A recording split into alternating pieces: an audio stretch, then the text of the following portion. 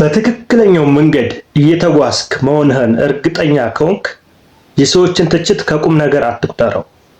መንገድህን ብቻ ተጓዝ። የምታስበው ትልቁ ዓላማ ላይ ትኩረትህን አድርግ። ትልቅ ህልምህን ልታሳካ ስትንቀሳቀስ ሐሜቶች፣ ትችቶች የማይቀሩ ነገሮች ናቸው። እነሱን አንተ እንደ እንቅፋት ሳይሆን እንደ መበረታቻ፣ እንደ ድጋፊያቸው አትችልም የሚሉ ትችቶች ሲበዙ በእርግጠኝነት እችላለሁ ማለት ነው። በቃ በእርግጠኝነት እችለዋለሁ፣ አደርገዋለሁ የሚል ለራስ ወኔ እየሰጠህ ህልምን ቀጥል። ወደ የምትፈልገው ነገር ሄድ እንጂ በፍጹም ከህልምህ እንዳትቆም። ብዙ ጊዜ እንደውም እንደዚህ የሚተቹ ሰዎች ለባለ ትልቅ ህልሞች እንደ ቤንዚል የሚሆኑበት አጋጣሚ አለ።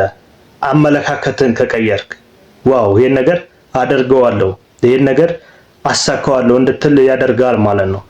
ነገር ግን በነዛ በትንሽ ሐሜተኞች ብለህ መንገድህን ካቆምክ መጨረሻ ላይ የምትጸጸተው አንተ ነህ። ለምን መሰለህ? አንተ የምታስበውን ነገር ትተኸው በሰዎች ሐሜት ብለህ ትተኸው ከዛ ከተወሰነ ጊዜ በኋላ አንተ የምታስበውን ሐሳብ ሌላ ሰው አሳክቶት ትልቅ ስኬት ላይ ደርሶ ስታየው ያኔ የምትጸጸተው አንተ ነህ። ስለዚህ ያኔ ከምትጸጸት አሁን በሚተቹ ሰዎች መሃል፣ በሚነቅፉ ሰዎች መሃል ሆነ ራስን ብቁ አድርገህ ራስን እንደምትችል አሳምነህ ወደምትፈልገው ነገር መጓዝ ትችላለህ። ብዙ ጊዜ እንደው ስህተት ስንሰራ ራሱ ከስህተቶቻችን ሊመልሱን ይችላሉ ትችቶች ማለት ነው። ቆም ብለህ አስበህ ይሄኛው መንገድ በዚህኛው መንገድ ሊድ ብለህ እንድትል ያደርጋል ማለት ነው የሚያሙ ሰዎች ሲበዙ። ስለዚህ ሲጀመር ሰዎች አሙ ማለት አንተ ተንቀሳቅሰሃል፣ ከነሱ የተሻለ የተራመድክ መሆንህን ማመላከቻም ጭምር ስለሆነ ብዙ መረበሽ ወይም መሸበር አያስፈልግም። ቀጥ ብለህ ወደምትፈልገው ዓላማ ብቻ መጓዝ። ምክንያቱም ዓላማህን እኮ የምትጓዘው እነሱን አማክረህ ሳይሆን ራስህንና ፈጣሪን አማክረህ ነው። ስለዚህ የሰዎች ትችት አንተን ሊያስቆም አይችልም። ከፈጣሪ ጋር ሆነህ የወሰንከውን ውሳኔ ሰዎች አትችልም ስላሉ ብቻ የምታቆመው ነገር አይሆንም ማለት ነው። ስለዚህ ምንም ቢፈጠር ምንም ሐሜተኞች ናቸው፣ ማማታቸውን አያቆሙም። አንተ ህልምን ከማሳካት መቆም የለብህም ማለት ነው። ወደ ህልም ብትሄድም ባትሄድም ማማታቸው አይቀርም። ቁጭ ስትል ሰነፍ ይለዋል፣ አይሰራ ወይም ምን አይል ሰነፍ ነው እኮ እያሉ ያወራሉ። ስትንቀሳቀስ ደግሞ ዝም ብሎ ነው እኮ እንደው ልታይ የሚለው ዝም ብሎ ነው እኮ የሚለፈው፣ ምን አደከመው አልፎ ቁጭ አይልም እንደ ይላሉ ማለት ነው። ስለዚህ ምንም ብትል ሐሜት፣ ትችት አይቀርልህም። ስለዚህ ትኩረትን አድርገህ መጓዝ ያለብህ ወስነህ ለራስህ አሳካዋለሁ ብለህ ያለምከውን ነገር ማሳካት ላይ መሆን አለበት ትኩረትን ማድረግ ያለብህ እንጂ በነሱ ሐሜት ላይ እንዲሰብርህ እንትን አትፍቀድለት። ብዙ ከሆነ ደግሞ አንተ ያላመንክበትን ነገር ለሰዎች አትናገር። ምክንያቱም የነሱ ትችት አንተ ገና በእርግጠኛ ያልሆንክበትን ነገር የምትናገር ከሆነ የነሱ ትችት ሲያየልብህ ተሰብረህ ልታቆም ትችላለህ። ስለዚህ እርግጠኛ ካልሆንክበት ትልቁ ህልምህን ለሰው አትናገር፣ ለሰዎች አትናገር። ዝም ብለህ እርግጠኛ እስክትሆን ድረስ ዝም ብለህ ራስህ ንገረው። ለሰዎች ሳይሆን ለራስህ ደጋግመህ ንገረው።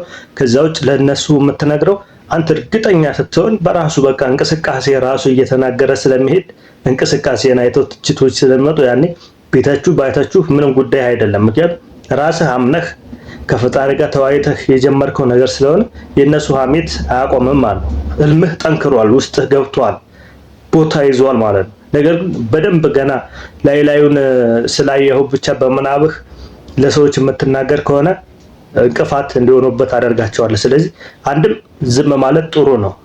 ዝም ብለህ ስራ መስራት እስክታምንበት ድረስ ለሰዎች አለመናገር አሪፍ ነው። ከዛ ውጭ ካመንክበት በኋላ እሺ ቢለፈልፍ የራሱ ጉዳይ ነው። አንተን አይመለከትም። አምነህበታል፣ ይሄን አሳካዋለሁ ብለሃል። ስለዚህ ምንም ቢፈጠር ወደ ህልምህ ተጓዝ። ምንም ቢፈጠር ሐሜተኞች እንደሆነ አይቆሙም። ብትሰራም ባትሰራም ሐሜተኞች አሉ። ስለዚህ ሐሜቶች አንተን ማቆም የለባቸውም። ሐሜቶችን እንደ መበረታቻ እንደ ድጋፍያቸው በደከመ ሰዓት የሚያበረታቱ አይነት ናቸው ሐሜቶች አንዳንዴ ማለት ነው። በአንተ ራስህ በደከመ ሰዓት ሰዎች ሲያሙ የበለጠ እንድትነሳ እንድትጠነክር ያደርጋል ማለት ነው። ስለዚህ ይሄንን ሐሜቶችን እንደ መበረታቻ እንደ ማጠንከሪያ እንደ ድጋፍ ያቸውና ወደ ህልምህ፣ ወደ ዓላማ፣ ወደ አሰብክ፣ ወደ እቅድህ መሄድ ትችላለህ። ወደ ህልምህ ሂድ፣ መቼ ይሳካል። ተስፋ መቁረጥ አያስፈልግም። የመጨረሻ ጊዜ ብለህ እንደሆነ አሁን እየሞከርክ ያለሁ ካልተሳካልህ እንደገና ጀመር። የመጨረሻ የሚባል ነገር አይሰራም። መጨረሻው መሳካት ነው መሆን ያለበት። ከዛ ውጭ ይሄ በቃኝ እኔ በቃኝ ብሎ ወደኋላ መመለስ አይሰራም። ተጀመረ በቃ አንዴ ከጀመርክ ጀመርክ በቃ ምንም ማቆም የሚባል አይሰራም። ምንም ቢፈጠር ወደ ህልም ተጓዝ፣ ታደርገዋለህ፣ ትችላለህ። ውስጣችን ብዙ እምቅ ኃይል አለ። ነገር ግን እኛ ስለማናውቀው ነው እንጂ አይደለም አሁን ያለንን ህልም ገና ብዙ ነገሮችን ማሳካት የሚችል ነገር በእኛ ውስጥ አለ። ስለዚህ እሱን ይዘህ እሱ ጋር ሆነህ ወደምትፈልገው ነገር ተጓዝ። ትችላለህ፣ ትችያለሽ። ወደ ህልማችሁ ወደምትፈልጉት ነገር ተጓዙ።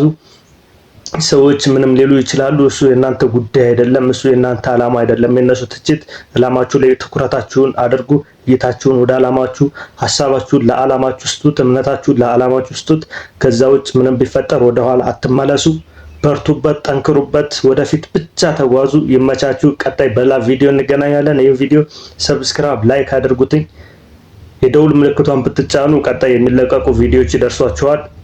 እስከዛ ድረስ በያላችሁበት ሰላማችሁ ብዝት ይበል። እግዚአብሔር ከእናንተ ጋር ይሁን። እወዳችኋለሁ።